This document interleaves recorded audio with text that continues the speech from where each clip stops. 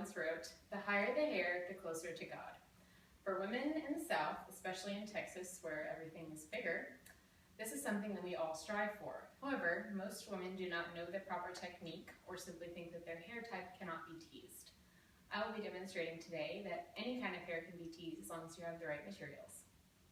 When I was in high school, I worked at a salon where I learned the proper art of teasing.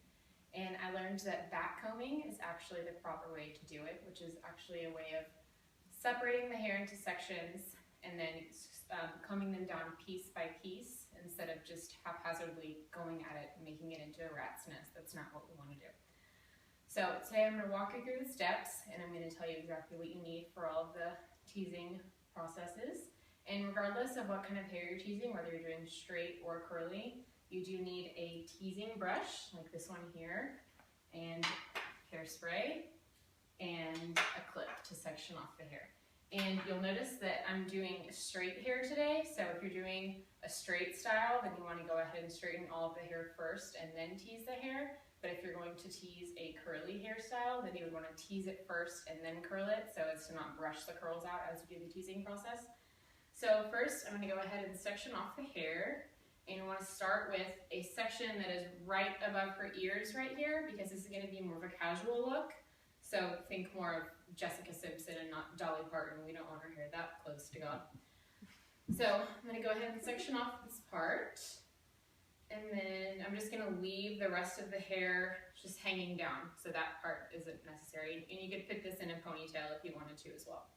So I'm going to go ahead and hold your hair up like this. It doesn't need to be like evenly sectioned off or anything, because all we need is volume.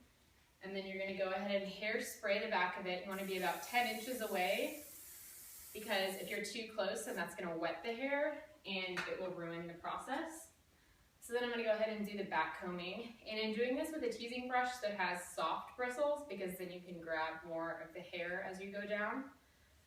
So I'm just going to start with this section here, and as you can see, I'm just going down. I'm not going up and down, or that'll cause too much of a rat's nest, and then it won't be as smooth, because we want to create an effect that almost is magic looking. It looks like you just naturally have a lot of volume in your hair. And so from here, you're going to work your way down, and then you can just section off the rest using your finger or the end of a comb. And then you're going to want to hairspray the rest as you go down. So hairspray in between every time that you section it off.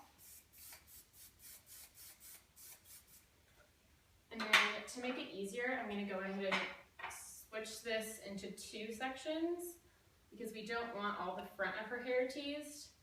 And then this is where the clip comes in. So I'm just going to take this clip. It doesn't really matter the size. Clips are not that big of a deal, and you probably won't need them once you practice after a while. So I'm going to go back to teasing the rest of the top. And again, just downward strokes. And then as you get finished with the section, you're going to want to brush right over it just so that it looks smoother. So I'm going to take this section down and then just kind of even it out down here. And then again, I'm hairspraying in between every time.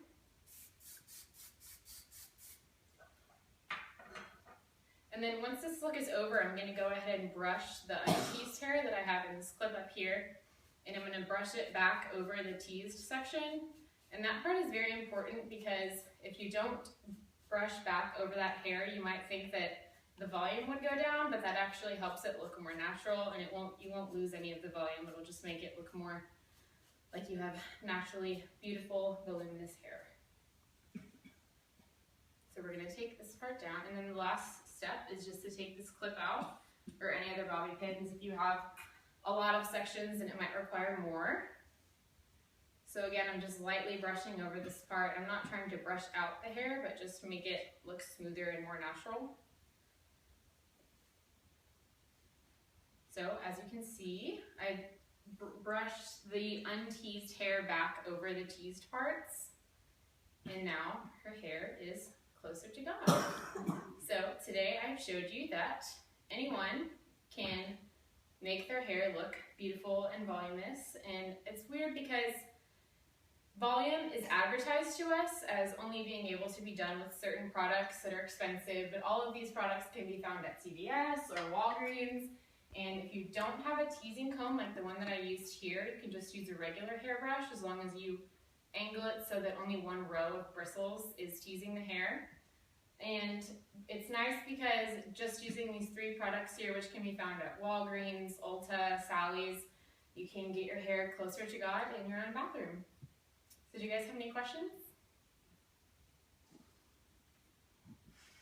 Is it better to use clean or dirty hair? It's actually better if your hair's a little bit dirty because it stays more, and you might think, oh, my hair looks greasy, but if you tease dirty hair, then it actually holds the hairspray in better, and it won't look dirty because it'll be pushed up. Anyone else? Should I tease all of my head, or is there just a section that I should tease? I try to stay above the ears because if you tease anywhere below like the top of your ears, then there's no hair to cover the teased part. Like I was saying, how you brush the unteased part back over it. If you tease anything down here, if all this up here is teased, it's just gonna look like you have an afro or something. So, anything else?